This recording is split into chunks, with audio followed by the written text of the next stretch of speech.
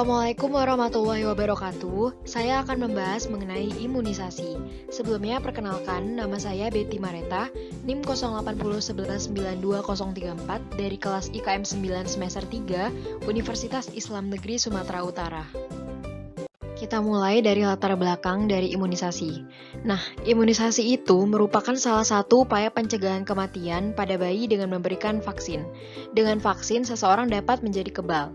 Imunitas pertama kali diketahui saat terjadi wabah Athena pada 430 sebelum Masehi. Tercatat bahwa orang yang sembuh dari penyakit sebelumnya dapat bertahan tanpa terkena penyakit lagi. Sejarah imunisasi di Indonesia dimulai pada tahun 1956 dengan imunisasi cacar. Pelaksanaan Expanded Program on Immunization atau EPI yang dikenal di Indonesia sebagai Program Pengembangan Imunisasi atau PPI secara resmi dimulai di 55 puskesmas pada tahun 1977 meliputi pemberian vaksin kekebalan terhadap 4 penyakit, yaitu tuberkulosis, difteri, pertusis, dan tetanus. Tetapi saat ini sudah ditambah 5 lagi dengan penyakit campak, polio, dan hepatitis B. Perkembangan anak 12-23 bulan yang menerima imunisasi. Nah, jadi di tabel ini teman-teman bisa melihat ya bahwa di sini itu ada perkembangan anak yang menerima imunisasi dengan membedakan tempat tinggalnya antara perkotaan dan pedesaan. Di sini kita bisa melihat ya bahwa persentase yang lebih tinggi itu adalah di perkotaan daripada pedesaan. Karena apa? Dari tabel ini kita bisa nyimpulin ya bahwa orang-orang di pedesaan itu masih banyak sekali yang belum teredukasi mengenai imunisasi. Nah, jadi ada banyak faktor yang menyebabkan terlambatnya atau belum menerimanya anak itu dengan imunisasi yang diberikan oleh pemerintah. Di antaranya seperti petugas puskesmas yang kurang dalam sosialisasi masyarakat, atau vaksinnya yang telat masuk ke daerah terpencil, serta faktor ibu sendiri yang misalnya tingkat kesadaran dan pengetahuan ibu itu masih rendah mengenai imunisasi. Jadi pada umumnya, ibu-ibu ini tidak mengetahui apa manfaat dan tujuan dari imunisasi itu sendiri. Bahkan ibu di kalangan bawah atau ibu yang tinggal di daerah pedesaan itu bersikap dan beranggapan bahwa imunisasi itu menyebabkan balita sakit. Padahal itu hanya efek samping setelah pemberian imunisasi pada balita.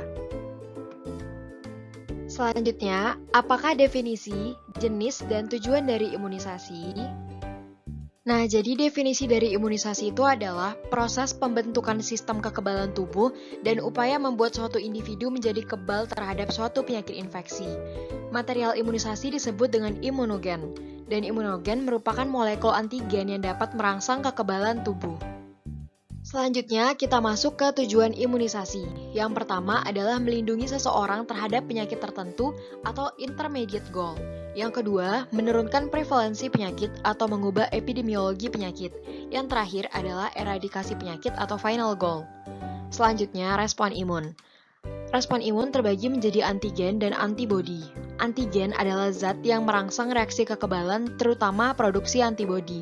Sedangkan antibodi adalah protein yang digunakan oleh sistem kekebalan tubuh untuk mengidentifikasi dan menetralisir benda asing seperti bakteri dan virus. Ada 5 kelas antibodi. Yang pertama adalah IgC, IgA, IgM, IgD, dan IgE, dan memiliki fungsi yang berbeda-beda. Setiap sel B dapat menghasilkan hanya satu antibodi spesifik terhadap antigen. Masing-masing antibodi yang sangat spesifik dan akan mengikat hanya satu antigen.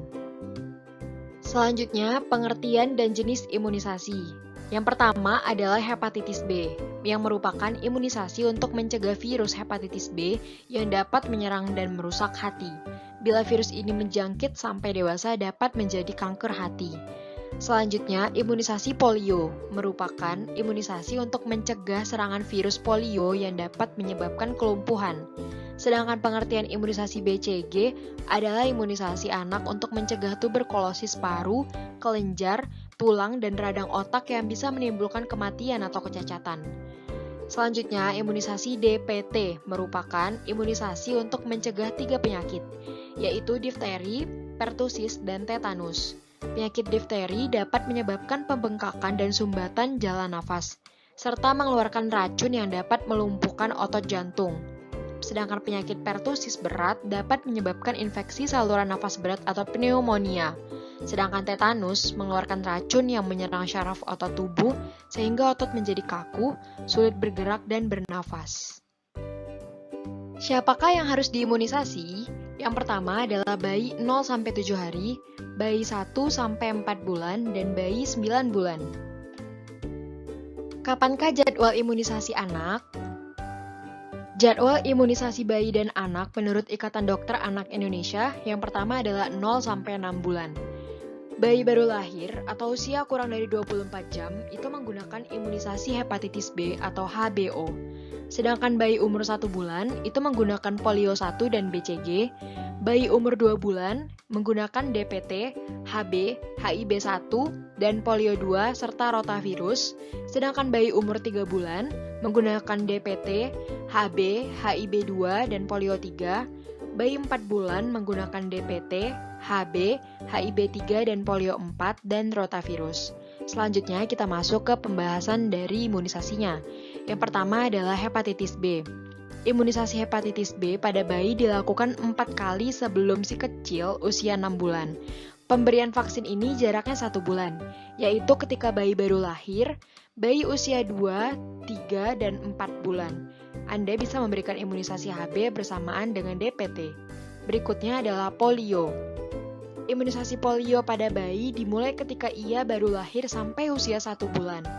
Pemberian pertama kali yaitu OPV. Kemudian diulang setiap bulan yaitu usia 2, 3, dan 4 bulan. Dan bisa dilakukan bersamaan dengan imunisasi DPT yang tergabung dalam imunisasi pentabio. Selanjutnya adalah imunisasi BCG. Berfungsi untuk mencegah penyakit tuberkulosis atau TBC. Penyakit ini berbahaya dan dapat menyerang saluran pernapasan. Jadwal imunisasi BCG hanya 1 kali, ketika bayi berusia 3 bulan, tetapi lebih efektif dan optimal bila diberikan saat bayi usia 2 bulan. Berikutnya adalah difteri, pertusis, dan tetanus atau DPT. Dilakukan untuk mencegah 3 penyakit sekaligus dalam 1 suntikan, yaitu difteri, pertusis, dan tetanus. Jadwalnya adalah pertama kali diberikan pada bayi usia 2 bulan dengan interval atau jeda 1 bulan sehingga pemberiannya saat bayi usia 2, 3, 4 bulan. Berikutnya adalah influenza. Pemberian imunisasi influenza ini dimulai ketika bayi berusia 6 bulan dan bisa diberikan kapan saja. Tidak perlu sesuai jadwal. Imunisasi influenza tidak termasuk dalam kelompok imunisasi wajib, tetapi tetap perlu diberikan untuk mengurangi tingkat keparahan anak ketika mengalami penyakit flu. Selanjutnya adalah jadwal imunisasi bayi dan anak menurut IDAI 6-12 bulan. Yang pertama adalah pneumococcus atau PCV.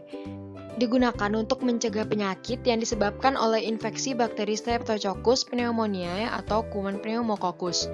Jadwalnya dimulai sejak bayi atau usia 2 bulan dan diberikan 3 kali dengan interval 4-8 minggu. Yang kedua adalah rotavirus. Nah, rotavirus ini diberikan untuk mencegah penyakit peradangan di saluran pencernaan. Pertama kali diberikan 2 kali. Pertama saat bayi usia 6-14 minggu dan kedua diberikan dengan interval atau jeda minimal 4 minggu. Batas akhir pemberian imunisasi ini adalah usia 24 minggu atau 6 bulan. Yang terakhir atau yang ketiga adalah campak. Nah, jadi imunisasi ini untuk mencegah anak terserang dari penyakit campak yang menyerang saluran pernapasan. Jadwal imunisasi campak pada bayi diberikan 2 kali saat bayi berusia 9 bulan dan 18 bulan. Namun, anak yang sudah mendapatkan imunisasi MMR di usia 15 bulan tidak perlu lagi mendapatkannya di usia 18 bulan. Mengapa imunisasi itu penting? Nah, jadi pentingnya imunisasi itu yang pertama adalah sistem anak yang baru lahir belum dapat bekerja secara optimal seperti sistem imun yang dimiliki oleh orang dewasa.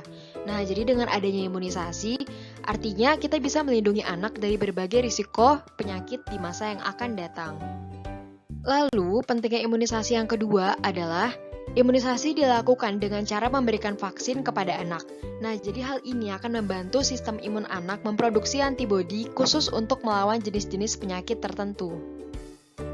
Pentingnya imunisasi yang terakhir adalah imunisasi itu akan meningkatkan kekebalan tubuh bayi dan anak sehingga mampu melawan penyakit yang dapat dicegah dengan vaksin tersebut. Anak yang telah diimunisasi bila terinfeksi oleh kuman tersebut, maka tidak akan menularkan ke adik, kakak, atau teman-teman di sekitarnya. Jadi, imunisasi selain bermanfaat untuk diri sendiri, juga bermanfaat untuk mencegah penyebaran ke adik, kakak, dan anak-anak lain di sekitarnya. Nah, di mana imunisasi dapat dilakukan? Nah, jadi imunisasi dapat dilakukan di posyandu, puskesmas, rumah sakit, dan tempat praktek dokter anak atau bidan. Vaksin yang digunakan di puskesmas disediakan langsung oleh pemerintah. Sementara untuk vaksin tambahan seperti rotavirus, influenza, varicella, PCV, atau hepatitis A yang tidak disediakan langsung oleh pemerintah dapat kita peroleh di rumah sakit atau dokter anak. Nah, ini merupakan pertanyaan yang sangat penting. Bagaimana imunisasi dapat mencegah penyakit? Imunisasi itu dapat mencegah penyakit dengan adanya vaksinasi. Apa itu vaksinasi? Vaksinasi itu memberikan vaksin atau bakteri maupun virus hidup yang dilemahkan atau toksoid sesuai jadwal yang telah ditetapkan. Lalu disuntikkan atau diteteskan ke dalam mulut untuk merangsang kekebalan tubuh penerima. Namun, hati-hati dapat menimbulkan KIPI jika tidak digunakan dengan baik atau tidak sesuai dengan prosedur yang sudah ditetapkan. Nah, gimana ya vaksin dapat bekerja? Jadi, yang pertama itu virus yang dilemahkan disuntik ke tubuh kita. Lalu setelah disuntikan, terbentuklah antibodi yang berguna untuk melawan virus. Jadi ketika penyakit datang, antibodi yang sudah terbentuk tadi dapat melumpuhkan virus jahat yang datang tersebut.